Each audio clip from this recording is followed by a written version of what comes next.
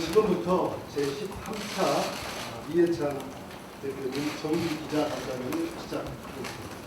저희가 마지막 12차 간담회가 지난 2월 12일 날 신년 간담회가 진행됐습니다.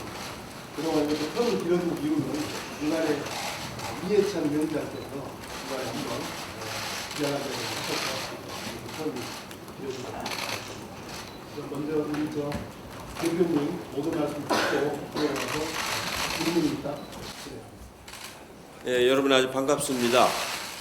총선 후에 기자간담회를 처음으로 이제 가지게 돼서 죄송하게 생각을 합니다. 그동안에 대개 2달에 한 번꼴은 해왔는데 이번에는 그 중간에 선거가 있었고 선거 후에 수습하는 시간이 있어가지고 좀 늦었습니다.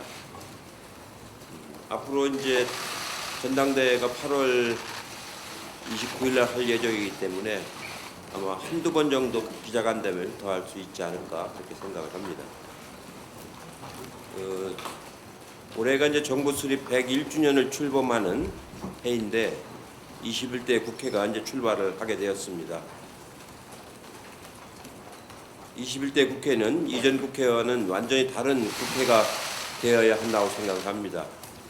과거의 잘못된 관행을 탈피하고 새로운 국회법과 관행을 세워나가야 합니다. 제가 32년 동안 정치를 했는데 정치하면서 느낀 소외가 우리 사회의 정치가 참 왜곡되어 있다는 걸 참 많이 느꼈습니다. 앞으로 그런 왜곡된 정치 풍토, 구조 이거를 점차적으로 바로잡아 나가는 것이 매우 중요하다고 생각합니다. 21대 국회가 당면한 과제는 역시 코로나19 국난 극복과 개혁 입법이라고 생각을 합니다. 방역 시스템 재구축과 비상경제 대책, 비대면 산업과 여러 가지 경제 대책, 사회 안전망 확충 등 코로나19 국난 극복은 물론이고 여러 가지 개혁 정책을 정부와 그 당이 함께 해야 될 거라고 생각을 하고 있습니다. 정치 일정상 내년 상반기와 내년 하반기와 내후년 상반기는 대통령 선거와 지방선거에 집중할 수밖에 없기 때문에 21대 국회의 양대 과제인 코로나19 국난 극복과 개혁 입법은 내년 상반기까지 어느 정도 성과를 내야 된다고 생각을 하고 있습니다. 코로나 감염은 국민 여러분께서 생활 방역을 잘 지켜주시고 계셔서 비록 확진자 수의 부침은 있지만 현재로서는 어느 정도 관리 가능한 수준 내에서 방역 관리가 이루어지고 있습니다. 정부도 방역에 노력해서 K-방역이 세계 표준 모델로 자리 잡아가고 있습니다. 그러나 아직 방역의 긴장을 풀 단계도 아니고 앞으로 경제적 어려움도 클 것 같아서 치밀한 대비가 필요한 시점입니다. 민주당은 21대 개원국회를 코로나19 국난 극복 국회로 만들려고 합니다. 이를 위해서 일하는 국회상을 정립해야 하는데 그 시작은 국회법을 지켜서 정시에 개헌하는 것입니다. 잘못된 구태와 악습을 청산하고 새로운 국회 질서를 정립하는 다양한 노력을 기울이도록 하겠습니다. 어제 당정은 당정협의와 비상경제회의를 통해서 하반기 경제정책 방향과 3차 추경안을 확정을 했습니다. 국회는 신속히 개원해서 3차 추경을 통과시키고 비상경제 대책을 뒷받침해야 합니다. 국민이 원하는 것은 일하는 국회이지 상임위원장 자리를 두고 지지부진한 협상을 하는 그런 국회가 아닙니다. 민주당은 이 부분에서 아주 단호하게 임할 것을 다시 한번 말씀을 드립니다. 제가 당대표 임기 동안 가장 노력한 부분이 21대 국회의 새로운 구성을 위한 시스템 공천과 당의 안정적 운영 그리고 총선 준비였습니다. 이제 남은 3개월 임기 동안에는 코로나 국난 극복과 새로운 정당 문화 정착으로 해서 매진하도록 하겠습니다. 이제 당대표 임기가 채 석 달도 남지 않았습니다. 남은 기간 중요 과제는 전당대회를 성공적으로 치러서 정권 재창출 기반을 마련하는 것입니다. 이를 위해서 전당대회 준비위원회, 선관위원회, 조광특위를 발족을 시켜서 각각 안규백, 민홍철, 윤호정 위원장을 선임을 했습니다. 차기 전당대회 준비를 착실하게 준비하도록 하겠습니다. 더불어민주당은 2016년 8월과 2018년 8월에 이어 올 8월에 똑같은 당명으로 세 번째 전당대회를 치르게 됩니다.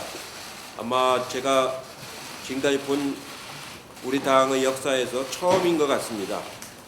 추미애 대표에 이어서 저도 당대표 임기를 아마 무사히 마치게 되지 않을까 생각을 합니다. 민주당은 그동안의 플랫폼 정당의 기반을 구축을 했습니다. 차기 전당대회가 그 기반을 활용할 수 있도록 하여 코로나19 국난 상황에서도 차질없고 공정한 전당대회가 될 수 있도록 만전을 기하겠습니다. 이상입니다. 기자 여러분들이 궁금하신 것들을 질문을 해주시면은 답변을 성의 있게 드리도록 하겠습니다. 이상입니다.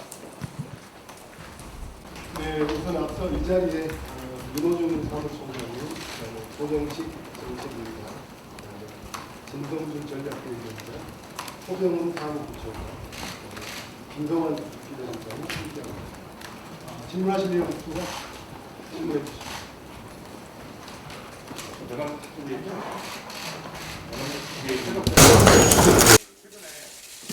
언론 보도 같은 거 보면은 걱정이 많다고 하셨는데 그 내용이 어떤 건지 좀 자세히 설명 부탁드리겠습니다. 예, 제가 어제 최근에서 말씀드렸나요? 여러 가지 최근에 보도되는 거 보면은 좀 뭐라 그럴까 잘 구분이 안 돼요. 어떤 게 사실이고 어떤 게 사실이 아닌지. 또 지나고 나서 보면 또 아닌 걸로 밝혀지고 또 어떤 거는 아주 왜곡된 걸로 밝혀지는 것도 있고. 예, 최근에 이렇게 총선이 끝나고 나서도 여러 가지 그런 혼란상이 보여서 그걸 걱정한 겁니다. 뭐 구체적으로 말씀드릴 것까지는 아니고 구체적으로 얘기하면 그거 가지고 또 뭐라고 하고 막 그러기 때문에. 예.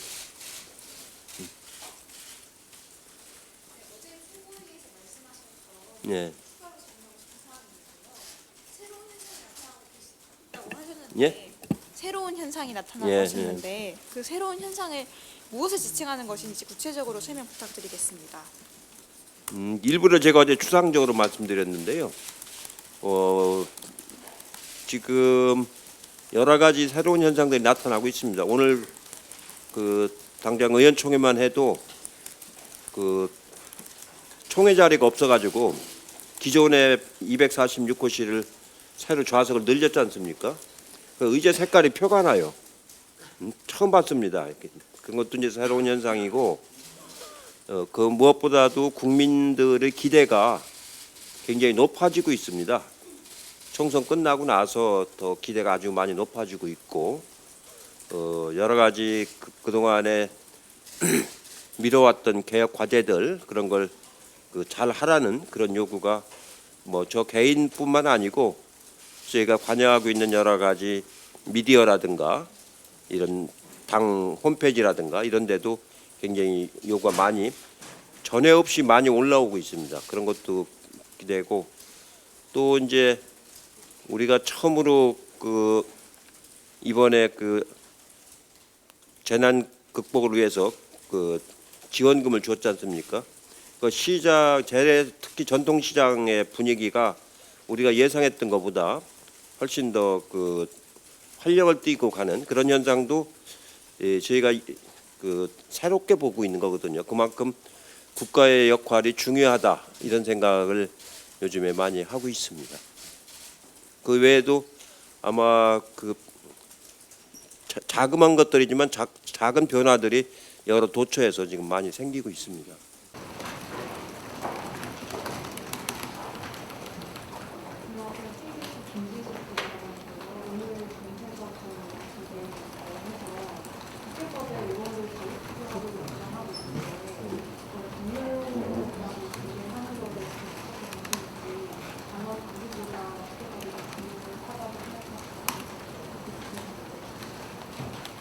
예,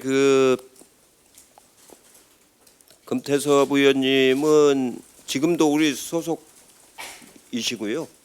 또 우리가 경선을 통해서 그분이 지난번에 결과가 나온 거지 우리가 무슨 탈락시킨 거나 그런 건 아니고요. 또 우리 당론은 물론 국회법의 범위 내에서 하는 거긴 하지만 당에는 권고적 당론이 있고 강제 당론이 있고 그렇습니다. 그러니까 권고적 당론은 반대하되 자기 의견을 이제 제시할 수가 있고요. 그러나 강제 당론은 반드시 지키라는 당론입니다.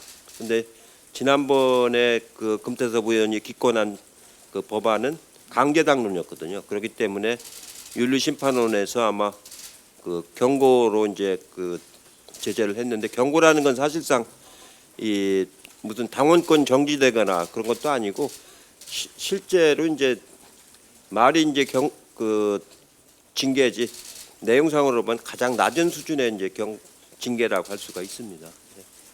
그런데 강제 당론을 안 지켰는데 뭐 아무것도 안 하면 강제 당론이라는 게 의미가 없지 않습니까? 비슷한 부분들에 지금 이제 굉장히 이번에 의석을 차지하게 됐는데 그런 소수 의견을 좀더말 못하게 하는 거 아니냐라는 우려가 나와서 거기에 대해서 어떻게 보시는지 하고요. 그리고 이제 전대 치를 때 최고위원 이들이랑 당대표 이들이랑 어떻게 합의를 왼쪽으로 소극적으로 결정이 되셨는지. 예, 소수 의견을 말 못하게 한다는 분위기는 전혀 아니고요. 회의 때마다 소수 의견이 매일 나오지 않습니까? 또 우리 당 의원들이 그렇게 소신 없는 사람들이 아니에요. 자기 할 말 다 하고 또 이제 당도 민주제로 운영을 하기 때문에 그런 소수 의견이 나오더라도 그것을 존중하면서 사리에 판단해서 수용할 건 수용하고 이렇게 하는 것이지 그런 걸 옛날처럼 무슨 권위주의라거나 이런 걸로는 통하지가 않습니다. 제가 지난 거진 2년 가까이 당 운영을 했는데 나름대로 가장 민주적으로 운영을 했어요. 그렇기 때문에 이번 총선에서 공천을 탈락한 현역 의원들이 한 분도 불복한 사람이 없습니다. 마지막 한 분까지 다 마지막에 수용을 해서 제가 그동안에 했던 정당 활동 공천 과정 속에서 현역 의원들이 한 분도 탈락하지 않고 당 결정에 따르는 그런 사례는 이번이 처음인 것 같습니다. 그만큼 공천 과정이라든가 당 운영 과정이라든가 이런 과정 속에서 굉장히 소통도 많이 하고 민주적으로 의견 수렴을 하고 그렇게 해왔기 때문에 앞으로도 이제 그렇게 당을 운영해야 된다고 지금 생각을 하고 있고 그러기 위해서 우리가 시스템 체계를 지금 플랫폼부터 시작해서 공천 과정만이 아니고 당 운영 자체를 시스템으로 운영할 수 있도록 준비 작업을 많이 해온 겁니다. 그리고 지금 말씀하신 최고위원과 당대표 임기제는 그동안에 우리가 이제 지도부를 구성할 적에 독임제로 구성한 경우가 있고 또는 집단 지도 체제로 구성한 경우가 있어요. 집단 지도 체제는 1등을 한 사람이 당대표를 맡고 나머지 사람들은 최고위원을 맡아서 운영하는 거였고 저희가 치른 최근에는 당대표하고 최고위원을 분리해서 따로 최고위원 선거는 날짜는 같은 날짜에 하지만 형식은 이게 두 개가 다른 거 아닙니까? 그렇게 해서 했는데 그게 혼재가 돼 있어가지고 임기가 어떤 거를 따라야 될지 혼재가 돼 있던 것이 사실입니다. 그러니까 집단 지도 체제 할 적에는 당대표와 더불어 최고위원이 자동으로 사퇴하는 경우도 있었고 때로는 비상 체제를 비대위 체제를 만들면서 또 정치적으로 이렇게 같이 물러나는 경우도 있고 막 그렇게 혼재에 있어서 이번 전당대회 준비위원회에서 그 점을 다시 재검토를 해서 어떻게 하는 것이 당을 안정적으로 운영하는 데 가장 도움이 될 것인가 그거를 좀 잘 검토하라고 제가 전준희 위원장한테도 오늘 아침에도 제가 말씀을 드렸습니다. 이런 것들을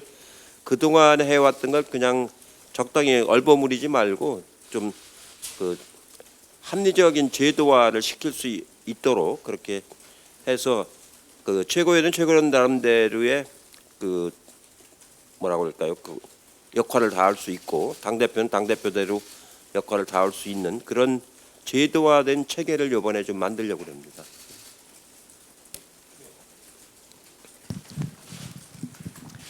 네.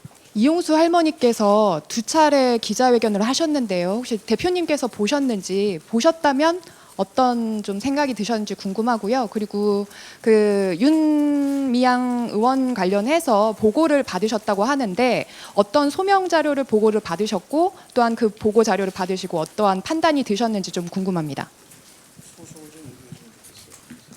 예. 어디시라고요? 소속이? 예. 할머니의 기자회견을 제가 직접 본 적은 없습니다. 뉴스를 통해서 그 간헐적으로 이렇게 접한 거고 직접 보지는 않았는데, 예, 그러니까 전문을 다 보거나 뭐 그런 건 아니기 때문에 제가 구체적으로 뭐라고 이제 말씀드릴 사안은 아닌 것 같고요.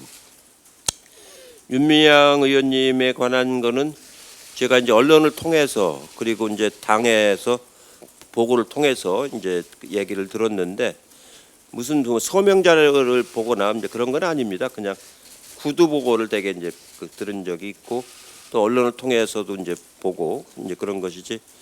예, 제가 보기에는 며칠 전에 이제 윤미향 그 당시로선 당선자죠. 당선자가 기자회견을 했는데 예, 나름대로 소명할 건 소명을 한 것 같고 검찰 수사 과정에 있기 때문에 소명이 충분치 않은 것도 좀 있는 것 같고 제가 해본 그 시민단체 경험으로 보면은 원래가 시민단체라는 게 상근자가 뭐 안정돼 있는 것도 아니고 여러 가지 이런 회계 처리에 전문성이 있는 것도 아니고 그래서 좀 미숙한 점도 있고 또 소홀한 점도 있고 그런 점들이 혼재해가지고 여러 가지 이제 그 얘기들이 나온 것 같은데 1차적으로는 일단 소명할 건 어느 정도 소명이 된 것 같고 또 이제 앞으로도 또 새로운 얘기가 나오면 그때 소명할 수 있는 건 소명을 하고 또 검찰 수사 과정에서도 그 조사를 하다 보면은 또 그 결론이 나오지 않을까 싶습니다. 그래서 저희 당으로서는 그런 결론을 좀 지켜보고 판단을 하자 그런 입장을 처음부터 견지를 해왔고 지금도 같은 입장입니다.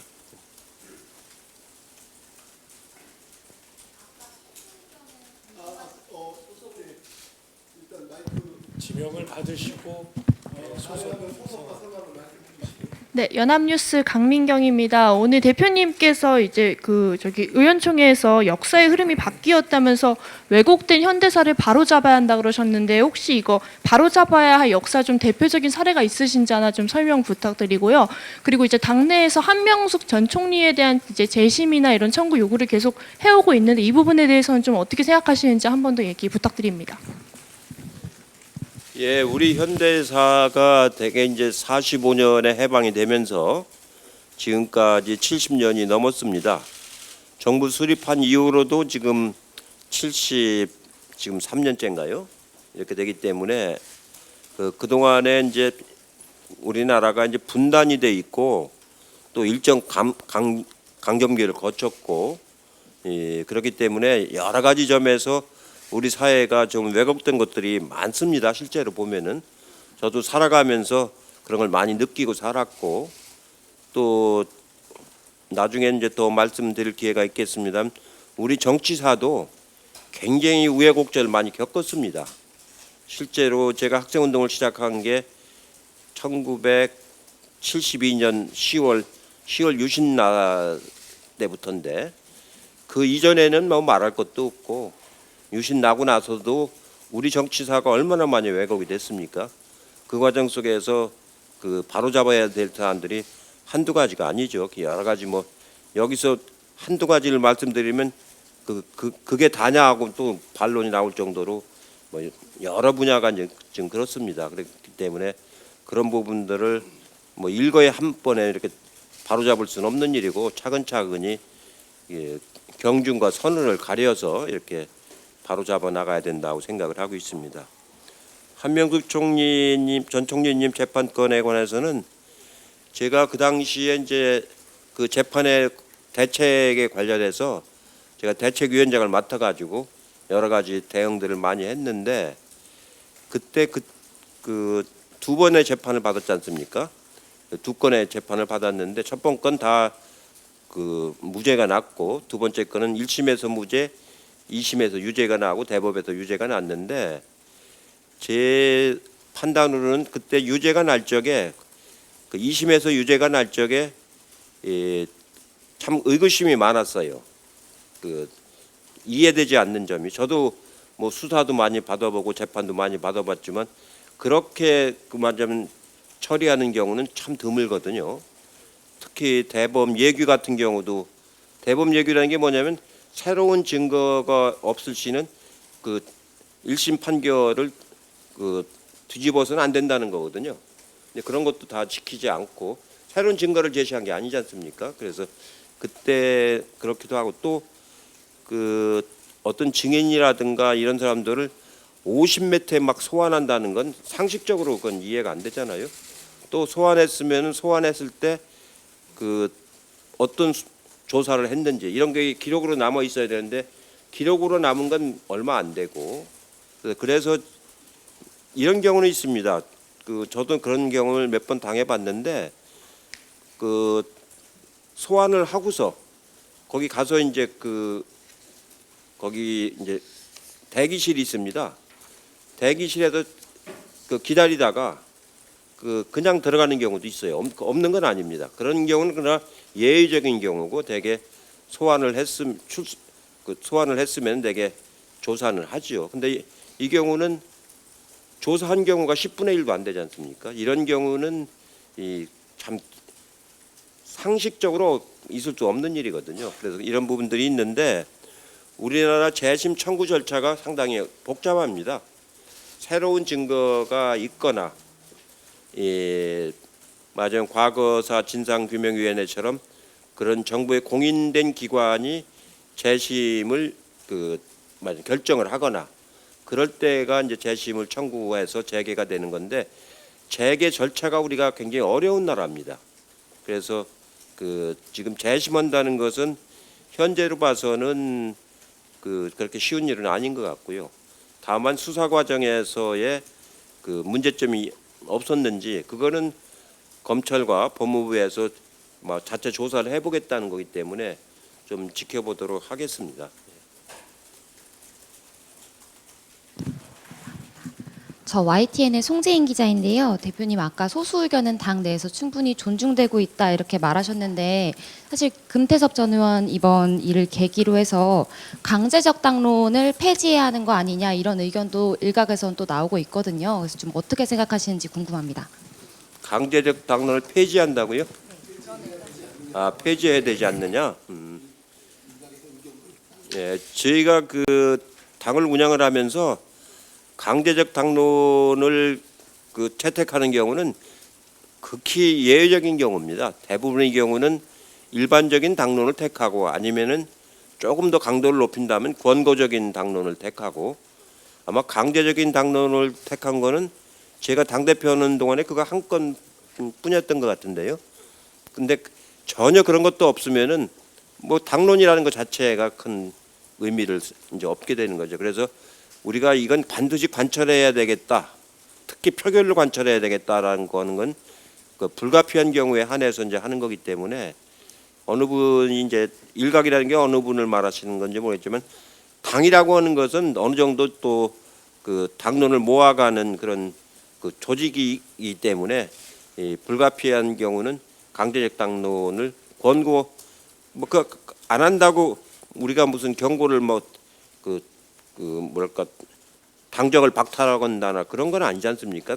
그 수위에 맞게끔 윤리심판원에서 판단을 해서 이제 경고 절차를 거친 거죠.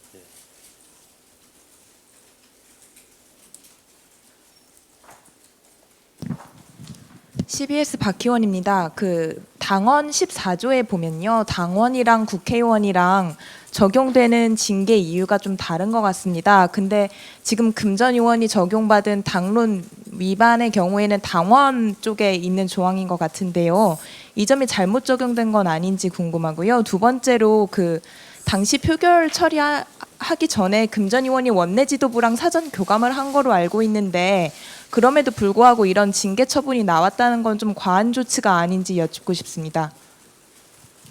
글쎄요.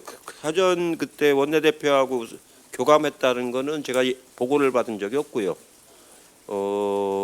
그때 이제 아마 누구냐 금태섭 의원이 아니고 조홍천 의원은 의총에서 나는 의견이 다르다. 하고 의견은 다르지만 그 표결에 반대하진 않겠다. 그런 입장을 공개적으로 표명한 적이 있고요.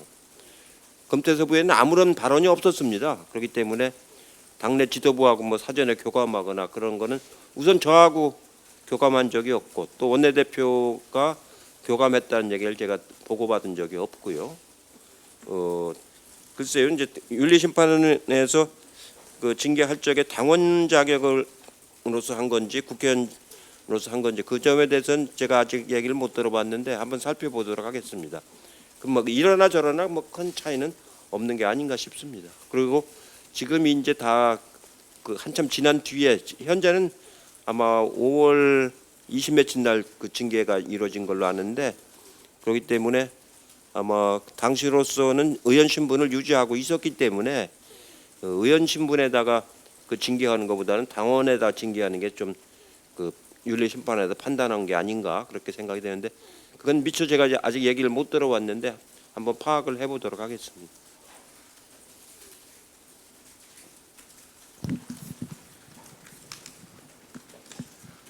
예, MBC 이준범이라고 합니다. 그 원구성 협상 놓고서 여야가 그 정치적 상황이 바뀔 때마다 입장을 정반대로 바꾸고 있다라는 지적들이 나오고 있는데 지금 원구성 협상 관련해서 이에 대한 지적에 대표님 어떻게 생각하시는지 궁금합니다.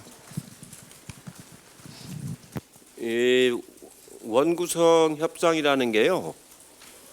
법적으로 정해진 게 있고 이제 협상을 해야 될 게 있고 이제 경우에마다 다 다른데 개원 일자라든가 상임위 위원장 선출 일자라든가 이런 건 법으로 정해져 있는 겁니다. 그러니까 6월 5일은 그러니까 임기 시작으로부터 그 일주일 이내에 개원을 해야 되고 개원하고 나면 또 그 며칠 이내에 3일인가요? 이내에 상임위원장을 선출하도록 있는 건 법적인 절차입니다. 그렇기 때문에 협상의 대상이 아닙니다. 이건 이 법을 정할 때 이미 그 여야가 합의해서 만든 법이기 때문에 서로 준수를 해야 되는 그 법적 의무 사항이라고 이제 말씀드릴 수가 있고 이제 원구성을 할 적에 그 외에 이제 가령 뭐 몇 가지 이제 법적인 것들이 아닌 것이 이제 협상의 대상이 되는 것들이 있습니다. 현재 그 말하자면 언론에서는 무슨 상임위원장 자리가 협상의 대상인 것처럼 많이 쓰시는데 그건 협상의 대상이 아닙니다. 원래 대통령제 국가에서는 그 다수당이 모든 상임위 위원장을 다 하는 것이 미국이나 프랑스나 원래 이제 대통령제를 하는 나라가 많지는 않은데 대통령제를 하는 나라의 경우는 대개 다수당이 전체를 다 그 만든 게 일반적인 관행인데 꼭 나라마다 뭐 각기 상황이 다르기 때문에 그것이 뭐 절대 뭐 기준이라고 볼 수는 없는 것이고 우리는 우리에 맞게끔 또 이제 그 해야 되는데 기본 원칙적으로는 이 상임위원장을 본회의에서 선출하게 돼 있지 않습니까? 가령 상임위원장 할 적에 어떤 사람이 자기 이름 써놓는 수도 있어요. 그럼 그것도 한 표 이렇게 무효표가 되는 게 아니고 한 표로 계산을 하지 않습니까? 그 얘기는 이 본회의에서 선출하도록 돼 있는 것이지 협상을 통해서 하라는 게 원칙은 아닌 것이거든요. 예, 그런 점에서 본다면은 무슨 뭐 몇 대 몇으로 나눈다든가 어디를 뭐 만든다든가 이런 건 아직 원구성을 해놓고 얘기해 보는 건 또 몰라도 원구성도 안 하고 그런 걸 가지고 협상을 해서 안 되면 원구성도 협조할 수 없다. 이거는 앞뒤가 바뀐 얘기라고 생각을 합니다.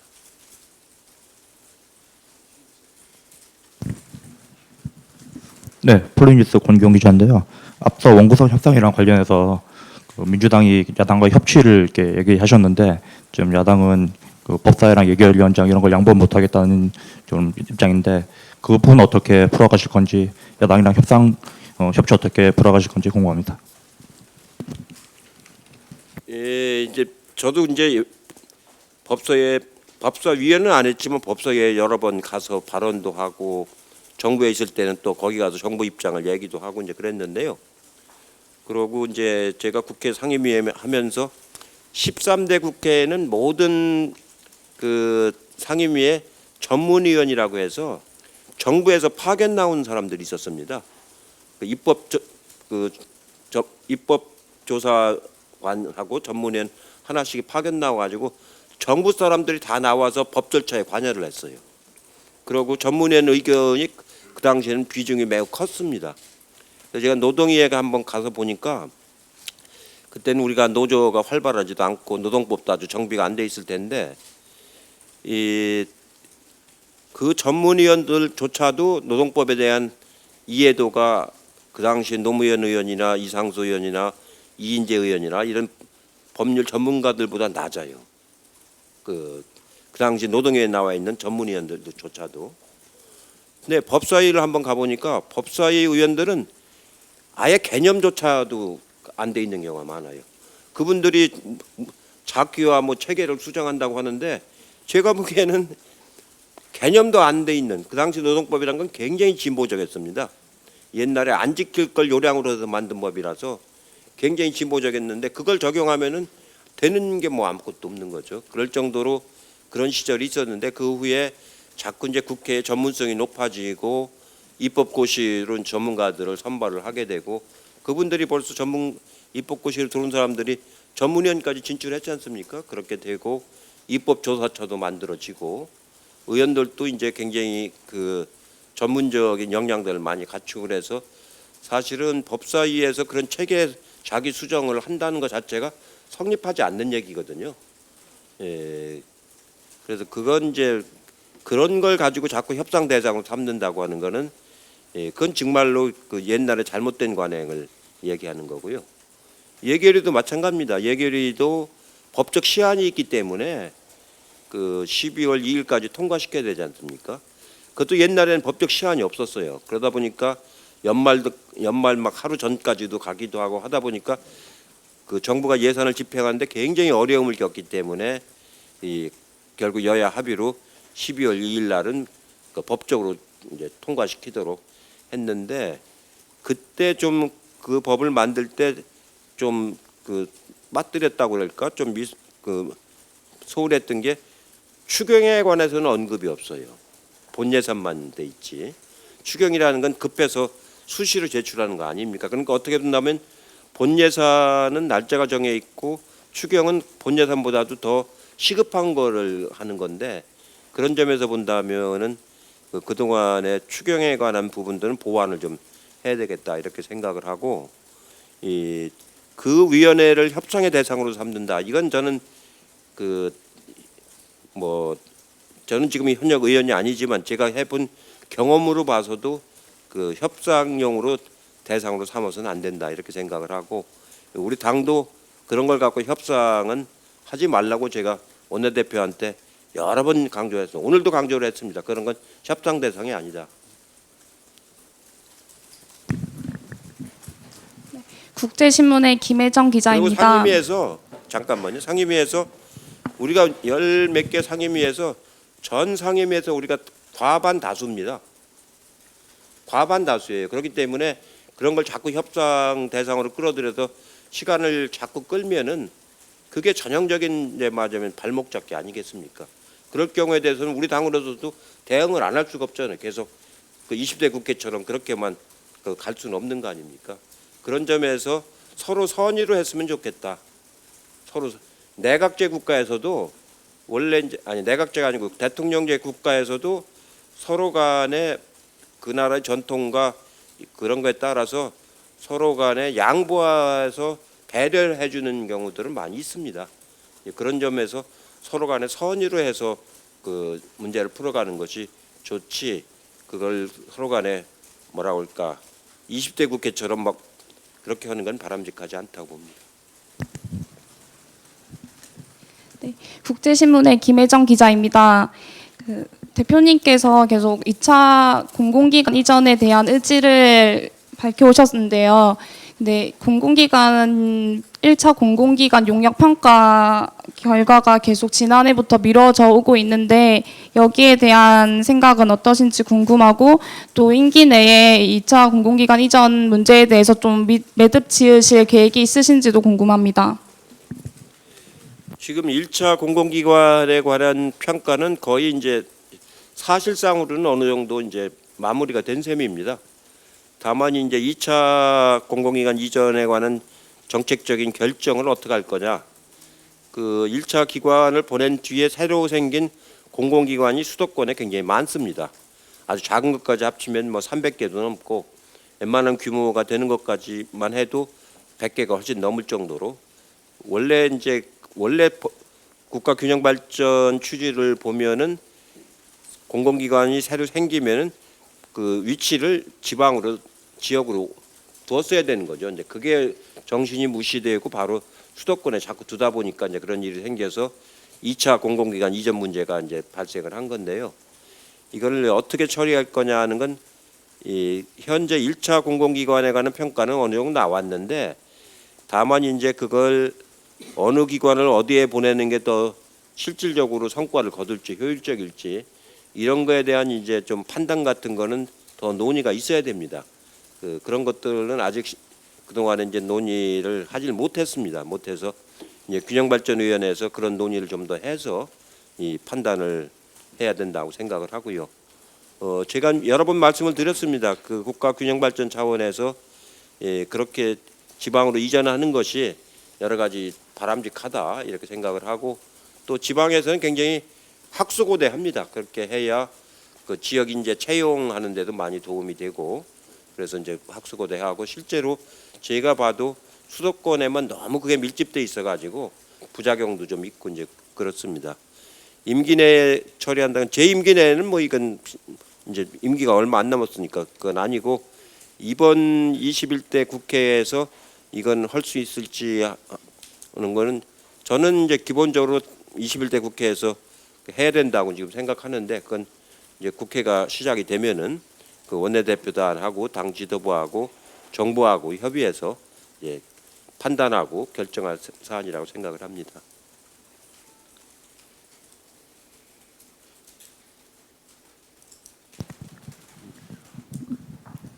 통일경제 이광효 기자입니다.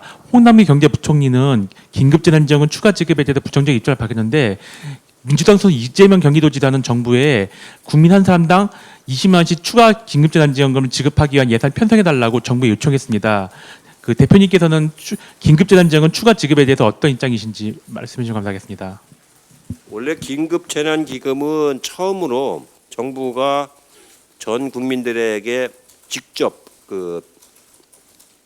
맞으면 소득에 관계없이 지역에 관계없이 전 국민들에게 다 이제 지급을 해준 건데 처음 있는 일입니다. 처음 있는 일이고 받아 보신 분들도 이제 이건 처음 있는 일 아닙니까? 그래서 굉장히 뭐 좋아하시는 분들이 많고, 그 전통시장이나 이런 데서는 꼭 대목 분위기가 난다는 말씀이 나올 정도로 그런 그 평가가 있고, 또 여러 가지 절차상의 어려움 때문에 생기는 애로사항도 있고 문제점도 있고 이제 그렇습니다. 근데 우리 원래 정부가 약속한 게 2년을 하도록 한 거죠. 그 긴급재난기금 두 달을 하도록 한 거죠. 2달. 예, 제가 말씀을 잘못해서 2년이 아니고 2달을 하도록 한 건데, 추가로 이제 2차로 한다는 건 아직 뭐 정부 내에서 그런 논의가 있었던 거는 전혀 아닙니다. 당에서도 그런 논의는 전혀 없었습니다. 네, 3개월에 다시 마지막으로 3개월에 다시 사용하는 걸로. 물론 8월 말까지 다 사용하는 걸로. 예. 마지막으로 질문 있으시면 한 분 더 받고, 아니면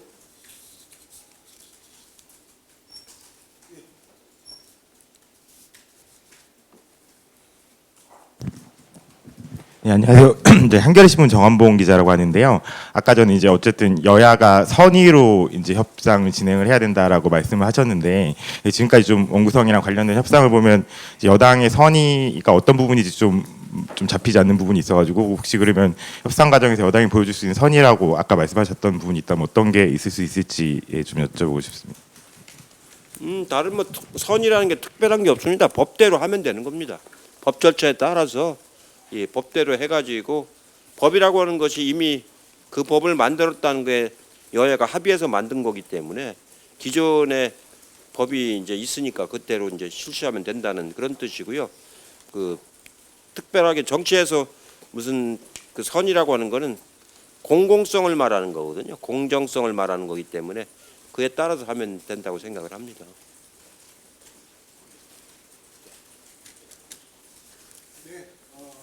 제가 선의로 하겠다는 거는 법을 안 지키려고 하는 걸 하지 말라 그런 뜻입니다. 그분들 보고 너무 과도하게 법을 지키라는 얘기가 아니고 기본적인 법은 지키도록 하는 게 그게 서로 간의 선이라는 그런 뜻으로 말씀을 드리는 겁니다.